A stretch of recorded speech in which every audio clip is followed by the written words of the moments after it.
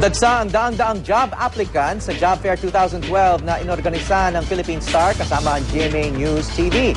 Maliban kasi sa domestic job, may mga trabaho rin abroad na maaaring applyan. May news to go to Julius Segovia live. Julius. Hawi, mahaba na ang pila ng mga naghahanap ng trabaho dito sa Job Fair 2012 na inorganisa ng The Philippine Star sa pakipagtulungan ng GMA News TV. Ngayong alas 10 ng umaga nakatakdang papasukin sa loob ng Hall 3 ng SMX Convention Center ang mga applicants. Iba't ibang trabaho ang alok ng maraming kumpanya dito sa Job Fair. Hindi lang limitado sa domestic, may mga trabaho rin abroad.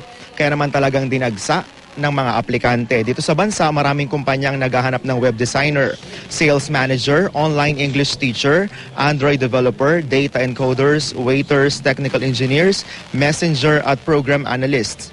Sa abroad naman, may opening para sa mga civil engineer, technician, loader driver, computer salesman, barista, waiters, machine operator, plumber, laborer at cashiers.